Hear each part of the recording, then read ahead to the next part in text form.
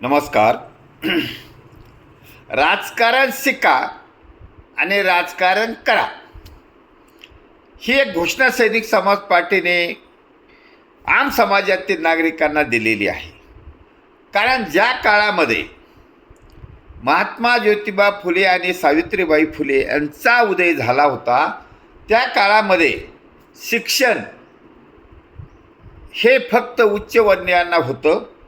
दलित आणि विशेष करून महिलांना शिक्षणापासून वंचित ठेवल्या जात होतं.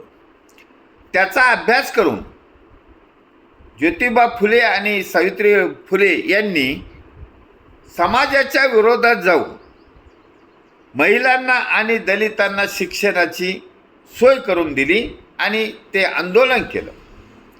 आता त्यांच्या अभ्यासानंतर शिक्षण हे घेतलंच पाहिजे, कारण विना शिक्षण काही होत नाही असं त्यांनी केलं. आता सैनिक समाज पार्टीच्या या युगामध्ये आम्ही शांतियुग आणण्याच्या प्रयत्नात आहोत. राजकारणात जे घाण झालेली आहे त्याच्यामुळे शांतियुग येत नाही. भ्रष्टाचारी आणि गुंड प्रवृत्तीच्या लोकांनी राजकारणामध्ये कब्जा केलेला आहे आणि त्यांचा अभ्यास केला असता असं लक्षात आलं की हे लोक राजकारणात तर शिक्षणाची अट नाही. याचा अर्थ असा होतो की राजकारणामध्ये शिक्षणाची अट नाही, म्हणून भ्रष्टाचारी प्रवृत्तीचे, वंशवादी, परिवारवादी आणि गुंड प्रवृत्तीच्या लोकांचा शिरकाव जास्त चाललेला आहे. आता ह्या अभ्यासांती असा निर्णय घेण्यात आला आहे की राजकारण शिकवण्याची गरज आहे, जेणेकरून राजकारणामध्ये सुशिक्षित माणसाला डेअरिंग प्राप्त होईल, धैर्यवान माणसं पुढे येतील. मग हे राजकारण शिकवण्याच्या संस्था कोणत्या आहेत?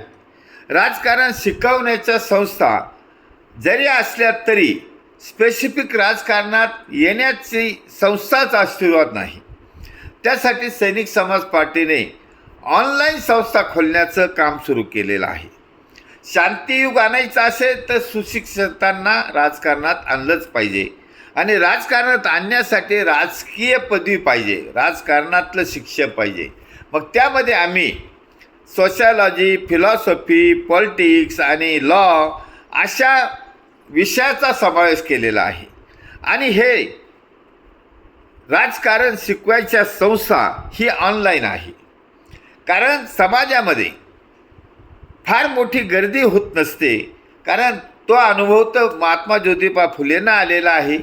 त्यांनी जे सत्यशोधक समाजाची स्थापना केली होती, बोटभर लोक त्यांच्याबरोबर येत होते. तीच परिस्थिती आज पण आहे.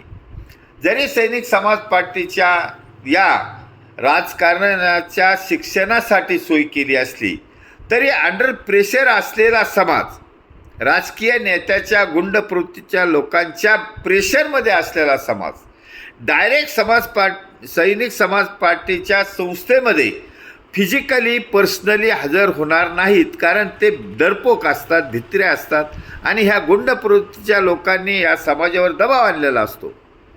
म्हणून त्याच्यावर सुद्धा सैनिक समाज पार्टीने मार्ग काढला आहे. काय मार्ग काढला की सुशिक्षित समाज आहे, प्रतिभावान आहे, टॅलेंटेड आहे, परंतु तो ह्या गुंड प्रवृत्तीच्या लोकांमुळे सैनिक समाज पार्टीकडे येणार नसेल तर सैनिक समाज पार्टी तुमच्यापर्यंत येणार आहे.